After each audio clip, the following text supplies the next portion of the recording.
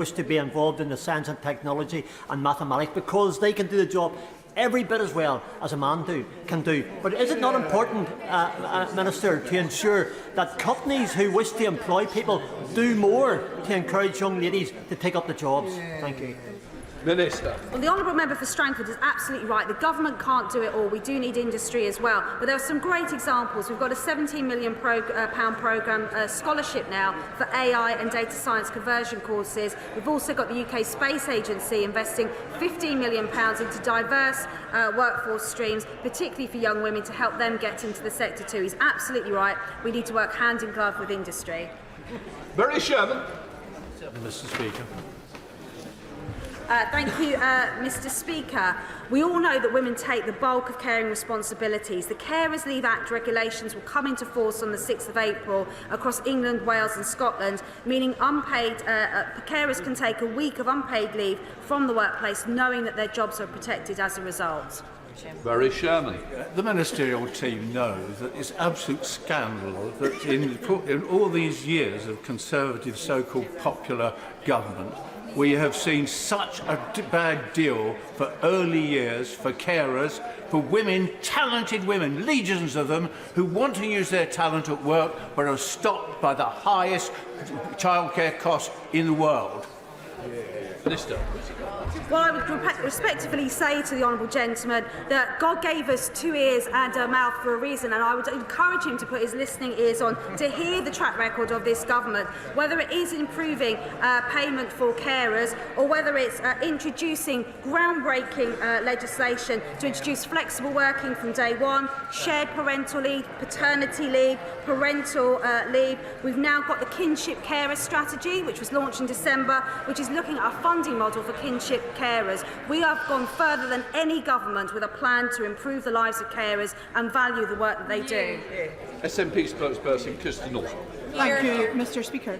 That right to flexible working would particularly benefit workers with caring responsibilities, the majority of whom are women. But unfortunately, the UK Government's response to its consultation on flexible working simply doesn't go far enough to provide some of the real practical support needed by many people with caring responsibilities. Last week, Nikki Pound of the TUC told the Women and Equalities Committee that 1 in 3 requests for flexible working are denied by employers. So what steps are the UK Government taking to really support workers with caring responsibilities and ensure that flexible working is a day one right by default? Well, I speak as a carer myself, holding down a full-time job, so I know the difficulties that are involved there. And that is why the government passed the legislation for flexible working for day one. We've introduced parental care, which is 18 weeks of leave entitlement for parents. That is on top of the carers leave regulation, which comes into force from the 6th of April. This government has gone further than any other government in introducing those rights for carers. Jamie Stone. Number 8, Mr. Speaker. Minister. Thank you, Mr. Speaker. This government understands the importance of this issue, and I have recently met with key stakeholders representing disabled people such as Disability UK and Cross Whitehall colleagues. Stone. Mr. Speaker, I have a constituent called Mr. Peter Baudet. He has a severe lung condition which necessitates the use of oxygen. He has mould in his house, the mould is going off his clothes. He can only afford 2 small electric heaters. I would be very grateful if a minister could meet with me very briefly to discuss this rather difficult situation. Minister. Thank you, Mr. Speaker, and of course thank my honourable colleague for raising this particular issue. And I speak on behalf of myself and the Disability Minister, where of course we will have a meeting. We now come to Topical. Stuart C. MacDonald. Stay. Mr. Speaker, in light of some of the commentary around the Employment Tribunal's judgment in the case of Professor Miller and Bristol University, I want to clarify that anti-Semitism must continue to be challenged wherever it rises. We have seen people in this country use their views on Israel as an excuse to display anti-Semitism. We have seen this at protests on our streets, and we see this in our universities. It is therefore important to underline that this ruling does not change the fact that while academics have the right to express views, they cannot behave in a way which amounts to harassment of Jewish students. Disguising this as discourse about Israel would be no more lawful than any other form of anti-Semitism, and the government will consider the ruling carefully and will continue to do everything in our power to protect Jewish people across our country. Stuart C. MacDonald. Thank you, Mr. Speaker. On Monday, my honourable friend for Livingston hosted a really positive event marking the start of the Football versus Homophobia Month of Action. Will ministers join me in thanking all involved in the Football versus Homophobia campaign, which includes Rape Sports and the Thai campaign in Scotland, and offer their wholehearted support for making football a safe and welcoming sport for LGBT people? I thank the honourable gentleman for his question. Of course, yes, we do join him. And I would like to pay tribute to the work of the Minister for Equalities, who has been very supportive of this campaign, as we all are on the ministerial team. Marco Longe. Thank you, Mr. Speaker. I hear more frequent use of this word microaggression. And as an engineer, I know micro is something extremely small. It's tiny. In fact, it is 1/1,000,000th of whatever a standard aggression might be. Does the Minister have a view on this? Does she recognise it as a new phenomenon somehow, or is it? And how big of a priority might it be? Mr. Speaker, my honourable friend will be aware that I too am an engineer by training, so we engineers have to stick together, and we are very sceptical when people introduce terms into the lexicon that are not helpful in the real work of tackling serious criminal behaviour. I am not a fan of the term, and he'll be pleased to know that the microaggressions training was removed from the government campus prospectus in November 2022. Shadow Minister Ashley Dalton. Thank you, Mr. Speaker. Under the Conservatives, police recorded rapes have soared to record highs, while convictions have fallen to record lows. It emerged last week that the Conservative Police and Crime Commissioner in Cheshire victim-blamed girls wearing short skirts for this epidemic. Why are these attitudes still tolerated in the Conservative Party? These attitudes are not tolerated in the Conservative Party. I haven't seen the remarks she refers to, but I'm sure that we can investigate. However, I will push back on what she has said about rape statistics. The fact is that the year ending March 2023, the Crime Survey for England and Wales showed that 5.1% of adults experiencing domestic abuse in the year, that's a reduction, a 5.1% reduction, a statistically significant decrease compared with the year before ending March 2020. And a third. Mr. Speaker, last month I received a letter from my local NHS trust regarding children's services at Southend Hospital, referring to women and birthing people going into labour. Can my right honourable friend clarify, is the term birthing people required language under the Equalities Act? Because if not, doesn't she agree it shouldn't be used because it's dehumanising, confusing and insulting to many women? Well, can I thank my honourable friend? This Conservative government, this Conservative Prime Minister have been clear that biological sex matters and language is important too. We have issued guidance to trust because there's evidence that clinical damage and harm can come with the removal of the use of the term woman from literature. I'm very happy to write to her local trust to point that out. Miriam Fellows. Thank you, Mr. Speaker. Scott noted that potential changes to the work capability assessment may force disabled people into ill-suited employment, and they're worried that these will end up with huge numbers of people being forced to do exactly that. What steps is the Minister taking to ensure with her Cabinet colleagues that disabled people aren't forced into jobs that aren't suited for them? Minister. Well, I thank the honourable lady for her question, and she joined me at the Disability Action Plan event yesterday with many stakeholders welcoming the changes and opportunities to disabled people's lives. Many disabled people want to work, and we'll always make sure at DWP we listen to their wants and needs, and they'll never be forced into anything that is not suitable for them. Dame Caroline Dynage. Very much, Mr. Speaker. Today at 5 p.m, women's groups and other community groups in Gosport will be staging a peaceful protest about the Lib Dem Council's decision to completely end all live CCTV monitoring. They're worried about the impact on people's safety. Does the Minister agree with them? Secretary of State. I thank my right honourable friend for her question. It is important that people understand that CCTV and street lighting are absolutely important in helping women feel safe on the streets. I fully understand the campaign, and I'm glad that she is supporting them. We are doing everything we can in government to reduce violence against women and girls. Mohammed Yazid. Mr. Speaker, will the UK government redouble its efforts to ensure the humanitarian needs of women and girls in Gaza are being addressed in line with the UK's commitments under the International Women's and Girls Strategy, the Women, Peace and Security National Action Plan, and the International Development White Paper?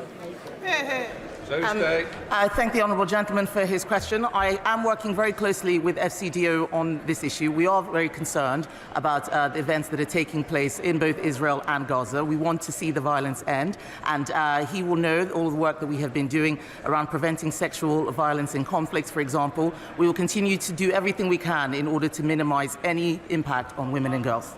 David Evans. Mr. Speaker, will my right honourable friend tell me what steps she's taking with Cabinet colleagues to help increase the number of female-led businesses? Secretary of State. I thank my honourable friend for that question.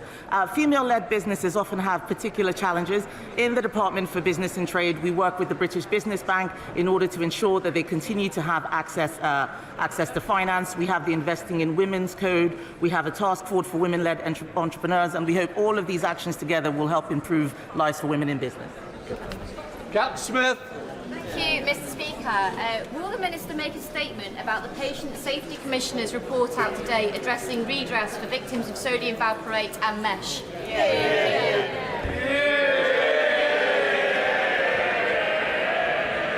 Well, I thank the honourable lady for her question. She will know that we personally, as a government, commissioned that report for the Patient Safety Commissioner to undertake to look at the options around redress specifically for sodium valproate, but also for those affected by mesh. It's only been published today. We will look at the details closely and then report back to this House. We now come to the start of questions to Prime Minister. Fleur Anderson. Number one, please, Mr. Speaker. Prime Minister. Mr. Speaker, I know the thoughts of the House and the country are with the King and his family. We wish His Majesty a speedy recovery and look forward to him resuming his public-facing duties in due course. Mr. Speaker, this morning I had meetings with ministerial colleagues and others. In addition to my duties in this House, I shall have further such meetings later today. Fleur Anderson. Thank you, Mr. Speaker. I also send my best wishes to the King. Last week, the Foreign Secretary said that we, with allies, will look at the issue of recognising a Palestinian state so that the Palestinian people can see irreversible progress towards a two-state solution. But afterwards, it was briefed that these words had not been signed off by number 10. Does the Prime Minister agree with his Foreign Secretary? Mr. Speaker, our long-standing position has been that we will recognise a Palestinian state at a time that is most conducive to the peace process. But the most important thing is we are committed to that two-state solution and working with our allies to bring it about. Thank you, Mr. Speaker. People in Northampton South are desperately short of NHS dental provision. Indeed, in Duston there is now none at all. So today's dentistry recovery plan announcements are hugely welcome. But can the Prime Minister guarantee my residents improvements within months and not years? Mr. Speaker, we are publishing the dentistry recovery plan today, and my right honourable friend, the Health Secretary, will be making a statement shortly. Over 1 million more people saw an NHS dentist last year than the year before, but we know that there is more to do, and that's why the recovery plan will make sure that NHS dental care is faster, simpler and fairer for patients and staff. Leader of the Opposition, Keir Starmer. Thank you, Mr. Speaker. I join with the Prime Minister in sending His Majesty the King our very best wishes for his treatment. Across this House, we all look forward to seeing him back to full health as quickly as possible. Mr. Speaker, this week the unwavering bravery of Brianna Jay's mother, Esther, has touched us all. As a father, I can't even imagine the pain that she's going through, and I'm glad that she's with us in the gallery here today. Mr. Speaker, a year ago, the Prime Minister promised to bring NHS waiting lists down. Isn't he glad he didn't bet £1,000 on it? Prime Minister. Mr. Speaker.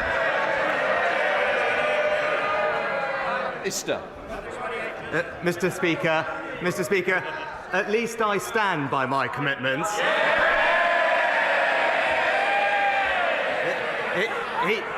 He's so indecisive, the only bet he'd make is an each-way bet. Well, Mr. Speaker, he says he stands by his commitments. He once insisted that if he missed his promises, these are the words he used, I'm the Prime Minister, and then he said, it's on me personally. Today we learned from his own officials that he's the blocker to any deal to end the doctor strikes. Yep. And every time he's asked, he blames everyone else. So what exactly did he mean when he said it's on him personally if he doesn't meet his promise? Prime Minister. Mr. Speaker, well, we are bringing the waiting list down for the longest waiters. We're making progress. But it's a bit rich, Mr. Speaker, to hear about promises from someone who's broken every single promise he was elected on. I mean, I think I counted almost 30 in the last year. Pensions, planning, peerages, public sector pay, tuition fees, childcare, second referendums, defining a woman. Although, in fairness, that was only 99% of a U-turn. The list goes on, but the theme is the same, Mr. Speaker. It's empty words, broken promises, and absolutely no plan. Keir Starmer.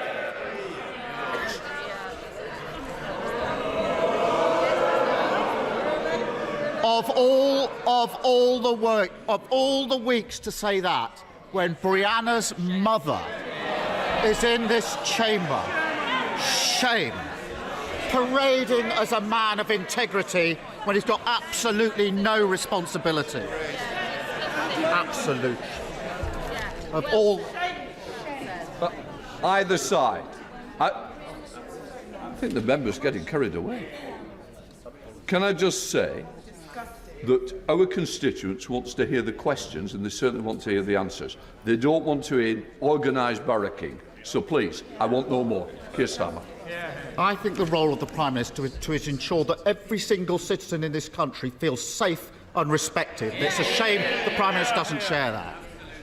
I welcome the fact that he's finally admitted that he's failed on waiting lists in the NHS. I also welcome that he's finally acknowledged the crisis in NHS dentistry. He's calling it a recovery plan. After 14 years of Tory government, what exactly does he think the NHS dentistry is recovering from? Prime Minister. As ever, Mr. Speaker, he seems to convene. Certainly not having enough of the front bench either. Please, I want to hear it. The election fever, I'm hoping, is not coming tomorrow, so let's not behave as though it is. Prime Minister. Well, Mr. Speaker, as ever, he conveniently forgets the impact of a pandemic on NHS dentistry, and it was specifically because of the close proximity nature of dental provision that it was unable to operate as normal throughout the pandemic. That was the recommendation of the medical and clinical experts, Mr. Speaker, which is why inevitably there is a backlog in dental care and the impact that has. But that's why, as my honourable friend, the Health Secretary, will outline later today for the House, we're putting more funding in to provide more NHS provision across the country, on top of plans that will see the number of dental training places increased by 40%, Mr. Speaker. But I would actually just point out, our plans mean that there will be 2.5 million more NHS appointments, which is in fact 3 times more than the Labour Party are proposing. Mr. Speaker, there are some areas in the country where you literally can't have an NHS dentist, and he says that's down to COVID. People are literally pulling out their own teeth. Sorry. Can I just say, I don't need any more off this front bench either. Do we understand each other? Carry on, Keir Starmer. Speaker, people are literally pulling their teeth out using pliers. It's an experience that can be compared with extracting an answer from the Prime Minister at this dispatch box.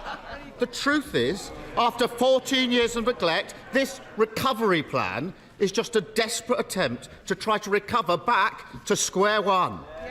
If he wanted to move forward, he should follow Labour. Scrap the non-dom tax status, use the money to fund 2 million more hospital appointments every year.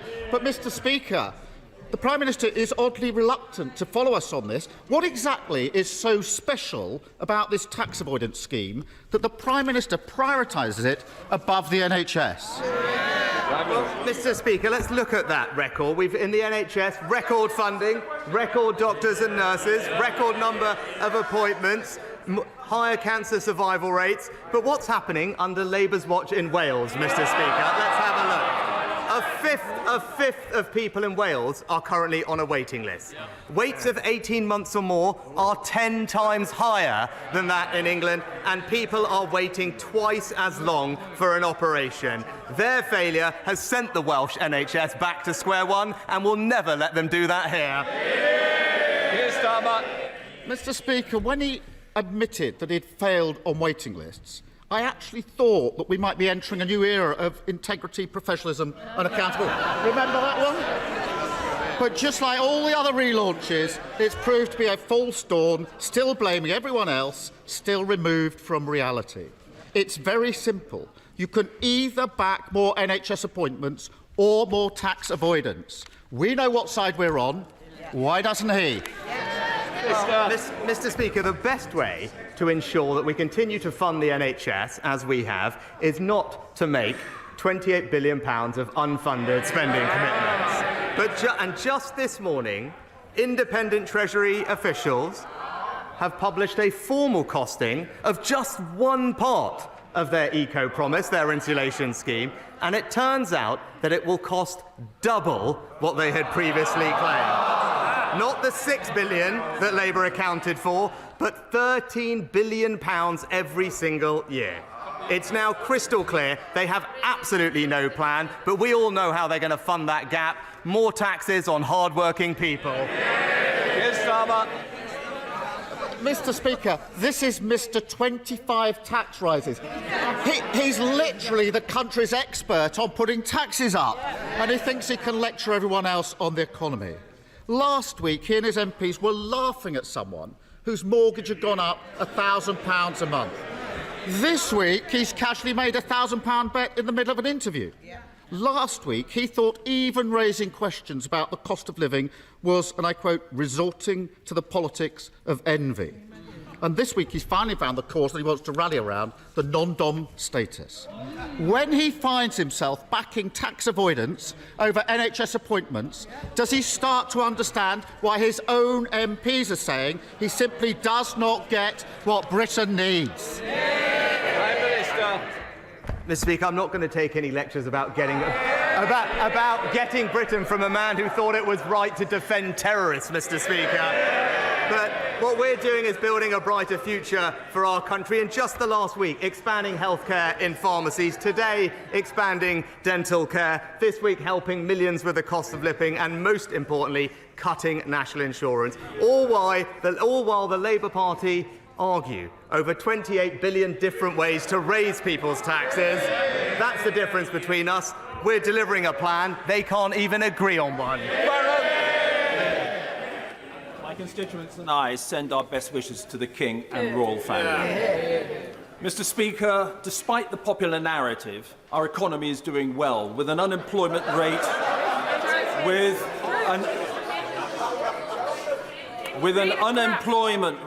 well below the EU average, strong inward investment and record employment. Taxes are higher than Conservatives would like, but does my right honourable friend agree that a key reason for this is that we rightly spent £400 billion on COVID support, including one of the most generous furlough schemes, in order to ensure that no one got left behind, and that it is our intention and instinct to lower taxes, unlike the parties opposite.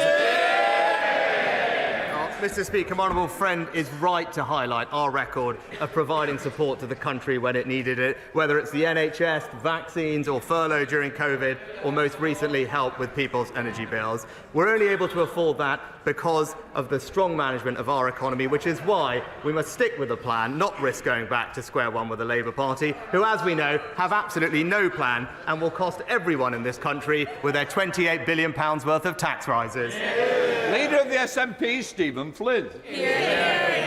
Thank you, Mr. Speaker. Can I begin by expressing my heartfelt sympathies to Brianna's mother, who is in the public gallery as we speak, and also to send my best wishes to King Charles in what will hopefully be a quick and full recovery.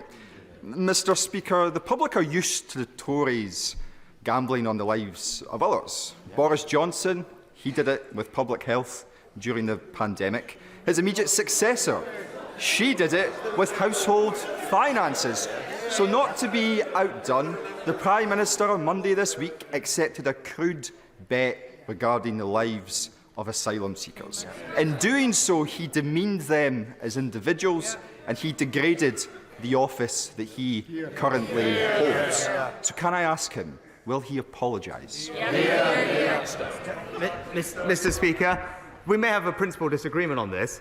I believe, and we believe, that if someone comes to this country illegally, they shouldn't be able to stay, they should be removed, and that's why we're committed to our Rwanda scheme. Stephen Flynn. Mr. Speaker, as ever, the Prime Minister does himself no favours, because, of course, the bet to which we are referring was worth £1,000, and it came just hours before the Prime Minister ended cost of living support worth just £900. And his justification for doing so was that the cost of living crisis is easing. So can I ask him, what does he believe leaves him looking most out of touch with the public? Gambling £1,000 or believing that the cost of living crisis is getting better? Well, Mr. Speaker, he talks about the cost of living. Perhaps he can explain to the Scottish people why it is that whilst the UK Conservative government is cutting their taxes, the Scottish government is raising them. Mr. Speaker, the thoughts of the people of East Worthing and Shoreham are with His Majesty as well. The Archbishop of Canterbury has admitted that since taking office, the attendance at the Church of England has dropped by 15%. And in the 10 years to COVID, the number of baptisms in the Church of England has fallen from 140,000 a year to 87,000. So Christianity in the UK seems to be on the wane, unless apparently you are from a Muslim country in the middle of an asylum claim, and we are now told that 1 in 7 occupants of the BB Stockholm have suddenly become practising Christians. Can I ask the Prime Minister, given that the Church of England has now issued secret guidance for clergy supporting asylum applications for these Damascene conversions, who is the Church accountable to, and are taxpayers being scammed by the Archbishop?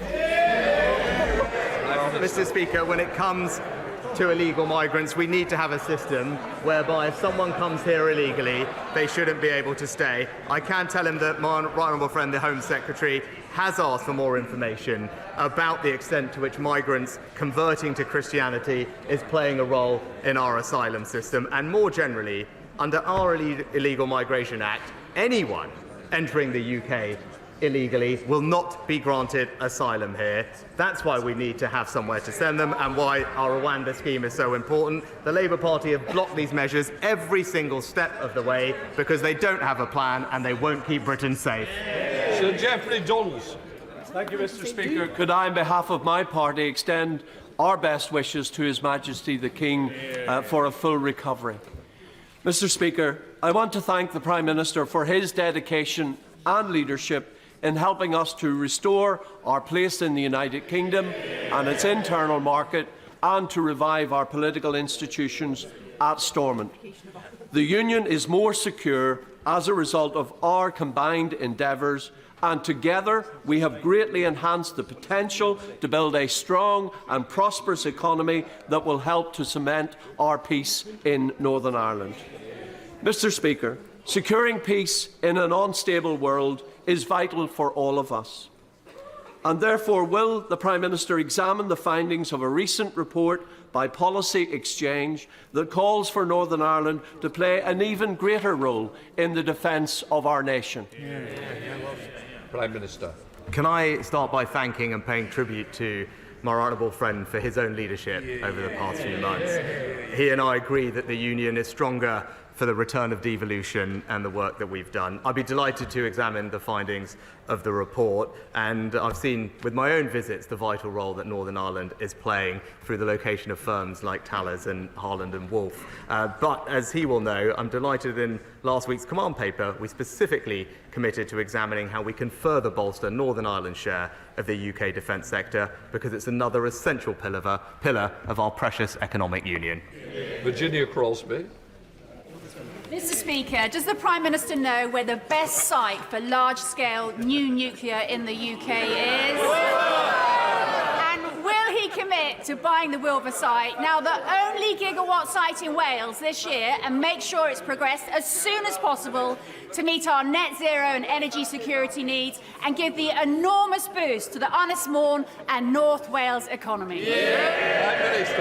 As ever, my honourable friend is a fantastic champion for Wilfer and the nuclear industry. I can confirm to her that Wilfer is a candidate for the new nuclear site and one of a number of potential sites that could host civil nuclear projects. No decisions have been taken at present, but Great British Nuclear is working with the government to support access, and we're also developing a new national policy statement providing the planning framework for new nuclear power, and would very much welcome her and other contributions to that consultation. Stuart Malcolm MacDonald. Mr. Speaker, last year the Prime Minister and other senior ministers were given the conclusions of a government audit of research programmes at UK universities with links to the Chinese state. The audit flagged up hundreds of programmes of being at high risk of being used potentially by the CCP for military use and other applications in strategic and sensitive areas that are of high interest to an authoritarian regime such as China. A smaller proportion were judged to be at extremely high risk. Despite that, the government has elected to do nothing about it. So will the Prime Minister confirm his personal knowledge of that report and explain to the House why no action is to be taken? These programmes have to be continued unimpeded. Mr. Speaker, we will continue to take a robust and proactive approach towards our relationship with China, rooted in the UK's national interest and values. And in fact, our National Security Act, which we passed last year, brings together vital new measures to protect our national security, and that includes creating a foreign influence registration scheme through the Act, which has been created to tackle specifically covert influence in the UK, and will continue to take all possible powers to keep the country safe. Two remarkably talented and enthusiastic individuals from Kettering, Becky Horrell and Lindsay Atkins, have put together a really ambitious £2 million bid to repurpose the redundant Gala Bingo Hall site in Kettering High Street into a community arts, music, business and family hub, which would be simply transformative for Kettering Town Centre. Would my right honourable friend, the Prime Minister, please be kind enough to facilitate a meeting for us with the relevant culture and levelling up ministers, so we can explore how a combined community ownership fund and cultural development fund bid might get us across the line?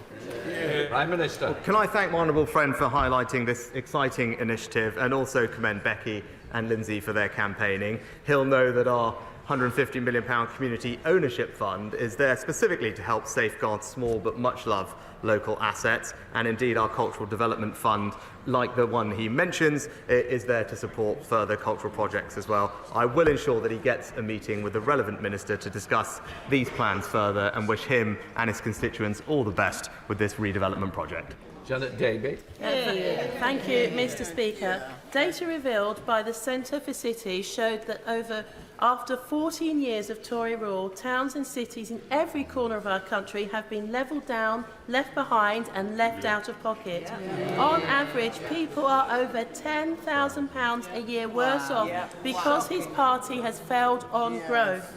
When will the Prime Minister take responsibility for breaking Britain? Prime Minister. Mr. Speaker, in fact, what we're seeing is record investment in our towns across the UK, many of which were neglected by the Labour Party for decades, Mr. Speaker. But if we really care about levelling up, what we need to do is avoid saddling hard-working Britons with higher taxes, which is exactly what Labour's £28 billion green spending spree would do.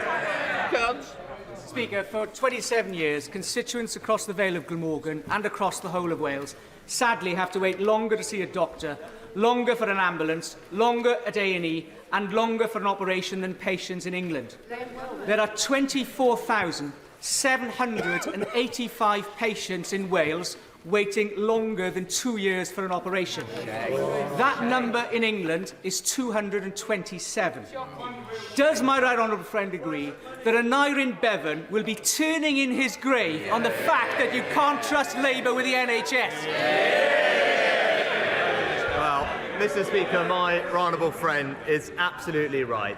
Whereas here in England we have a plan when it comes to education, where we're marching up the league tables and we have virtually eliminated those waiting the longest amount of time. But in Labour-run Wales, as he said, education rates are falling and waiting lists over 18 months are more than 10 times higher than here in England. It's crystal clear we should stick to our plan for a brighter future and not go back to square one with Labour. Thank you, Mr. Speaker. According to Open Democracy this week, since 1999, at least 391 people have died at our borders.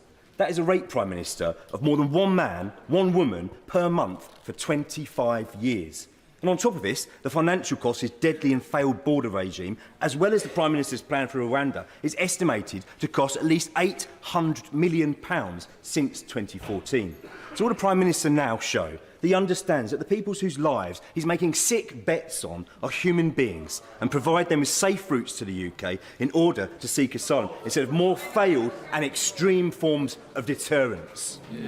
Prime Minister. Well, Mr. Speaker, it's in fact criminal gangs that are exploiting vulnerable people and leading many of them to lose their lives as they make these dangerous crossings. Now, on this side of the House, we think that's wrong and we want to do something about it, which is why we need to get a deterrent up and running and be able to send people to Rwanda. It's his party that opposes that, so the question for them is why do they remain on the side of the criminal people smugglers? Thank you, Mr. Speaker. February marks Emotional Health, Boost Your Self-Esteem and Children's Mental Health Month. In recent years, something like 6,500 people die in the UK each year due to suicide. And in 2021, I was nearly one of them. Luckily, my attempt failed. I was found by family members quickly. I received amazing care at St Helier and Springfield hospitals, didn't do any permanent damage, and was well looked after by the NHS in the months that followed. And I want to take this chance to say thank you to everyone who saved me, and sorry to my family and loved ones who I put through such an awful ordeal. In that moment, I felt alone and scared and like there was no way out, and that the world would be better off without me in it. But I don't recognise that man anymore. I know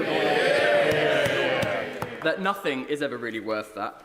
Help really is out there, and I'm pretty awesome. Does the Prime Minister agree that one death by suicide is one too many? And will he send a message from the dispatch box today that whatever you're going through, you are not alone, that help is out there, and better days lie ahead? Well, Mr. Speaker, I know the whole House will join me in commending my honourable friend for his bravery in sharing his story. And I can absolutely assure him that we take this issue incredibly seriously. The new suicide prevention strategy ensures that we will have the actions in place to reduce suicide over the next years, because we absolutely recognise the impact that it has on people, their families, and we should do everything we can to prevent that from happening. Redress. Thank you, Mr. Speaker. And may I take the opportunity to ask the Prime Minister if he will consider apologising to Brianna Gray's mother for his insensitive comment. But turning to my question, the independent report into Teesworks, released last Monday, throws up more questions than it answers. And it's vital that we now have a National Audit Office investigation. The report was scathing and said there is insufficient transparency to offer evidence of value for money. Shouldn't the government lead by example, and will the Prime Minister finally release details of his conversations surrounding Teesworks, as he was asked to do twice last year? Prime Minister. Mr. Speaker, I think the Honourable Lady was talking about the report in Teesworks. as far as I could see. And what that report noted was that the pace and scope of the regeneration had a wide-reaching positive impact on the local economy. And of course, it was an independent external report. It makes it clear that there's no evidence of corruption or illegality, and the government will, of course, respond to the recommendations in the report as soon as possible. Alicia Cairns. Speaker, can I give my heartfelt thanks to the Prime Minister for his support for our Melton, Harborough and Stamford villages following the recent devastating flooding. But tens of homes, farms and businesses in Rutland were also devastated. But our county is in effect excluded from ever receiving support in the future due to the arbitrary flaw that is currently put in place. Flood support should be based on the most affected or a percentage of population, but Rutland has to have 1,000th more flooding than next door Lincolnshire for us ever access support. So will my right honourable friend please give a meeting to me and the member for Swindon South to discuss this important issue? Prime Minister. Well, Mr. Speaker, of course, I extend my sympathies to all those impacted by the recent storms and flooding. We are investing record sums in flood defence across England, and the recovery support framework is in place for families and businesses in every area that have experienced exceptional flooding. I know that my honourable friend is in touch with DLEC ministers about how those schemes affect her constituency, but I'll ensure that she gets the correspondence and meetings that she needs to deliver for her local communities. Daisy Cooper. Thank you, Mr. Speaker. 2 weeks ago, I challenged the Prime Minister on his government's broken promise on building new hospitals by 2030, including in my own area. But now it seems that the government are downgrading existing hospitals too. Children and parents in Eastbourne will be forced to travel for miles if the proposed downgrade of the hospital's paediatric services goes ahead. Campaigners have asked the government to call in this disastrous plan. Will the Prime Minister agree? Prime Minister. Mr. Speaker, actually, we're investing record sums in improving hospital infrastructure across the country. In Eastbourne, in particular, spades are already in the ground to deliver an elective surgical hub, Mr. Speaker. And I know that there is local Liberal Democrat scaremongering about the future of services. But the local Conservative MP is doing a fantastic job engaging with her community and working with local health officials. Jenstens. Thank you, Mr. Speaker. Yesterday it was my huge pleasure to host the Aerospace Defence and Security Industry Apprenticeships event in Parliament, welcoming 2 apprentices from Collins Aerospace in Wolverhampton. Would he join me in National Apprenticeships Week for celebrating the opportunities apprenticeships can provide in the defence industry and also in our armed forces, who are all in our top 10 apprenticeship providers? My honourable friend is absolutely right to highlight the importance of our apprenticeship provision, which is providing young people with opportunities across the country, but particularly, as she says, in the defence and aerospace sector. And those plans are in stark contrast to those of the party opposite, who have caved into big business and are now proposing to halve the amount of apprenticeship funding and halve the number of apprenticeships.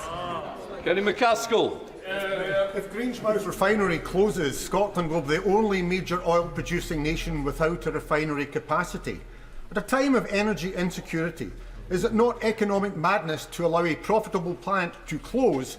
And is it not environmental madness to transship oil for refining and distribution across the growingly dangerous high seas? Given the billions that he has received from North Sea oil and the billions that he will continue to receive from North Sea oil, will he ensure that Scotland retains a refinery capacity for Scotland's oil?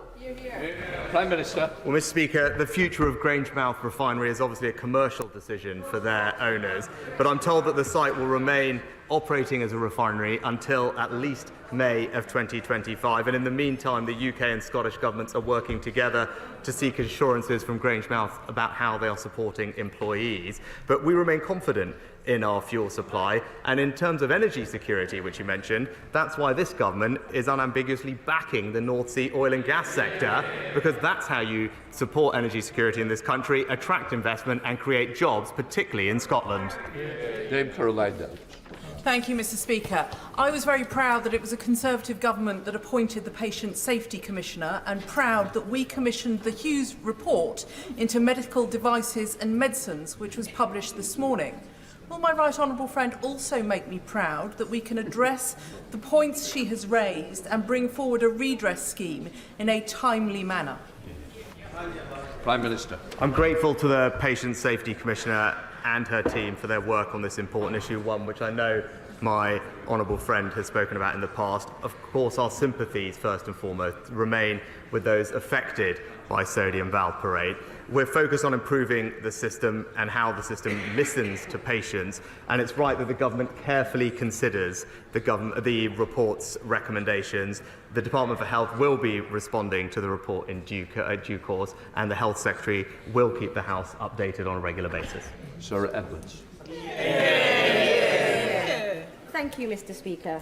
Many of my Tamworth constituents, like local mom Jessica, have contacted me about special educational needs and disability support. Jessica's son has waited years for an autism diagnosis and doesn't expect to have an education, health and care plan in place by the time that he goes to secondary school. Will the Prime Minister confirm that students that need an EHCP will get them so that they can thrive in school? Prime Minister.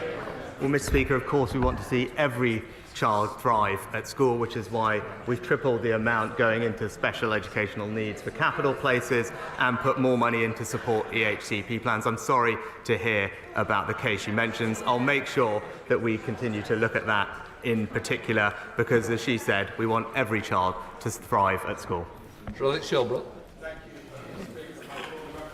Wishes to His Majesty the King and Her Royal Highness the Princess of Wales.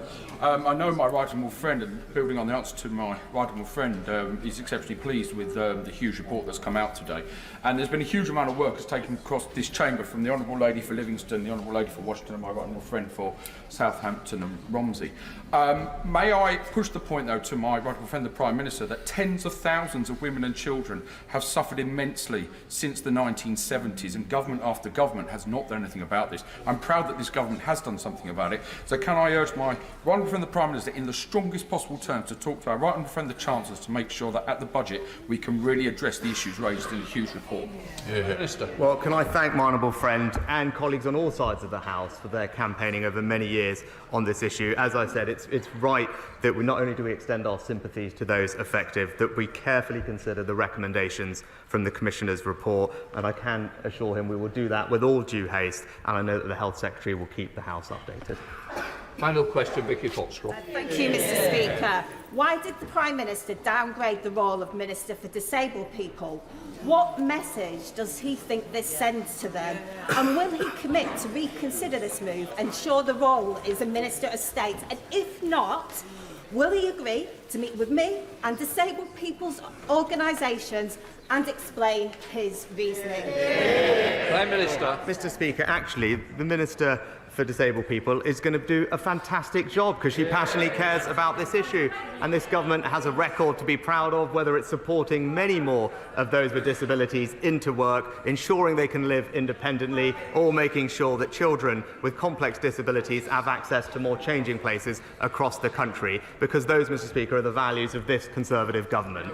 And Mr. Speaker, I could just say also to Brianna Gray's mum, who is here, as I've said earlier this week, what happened was an unspeakable and shocking tragedy, Mr. Speaker. And as I said earlier this week, in the face of that, for her mother to demonstrate the compassion and empathy that she did last weekend, I thought demonstrated the very best of humanity in the face of seeing the very worst of humanity, and she deserves all our admiration and praise for that. That completes Prime Minister's questions. Say it now.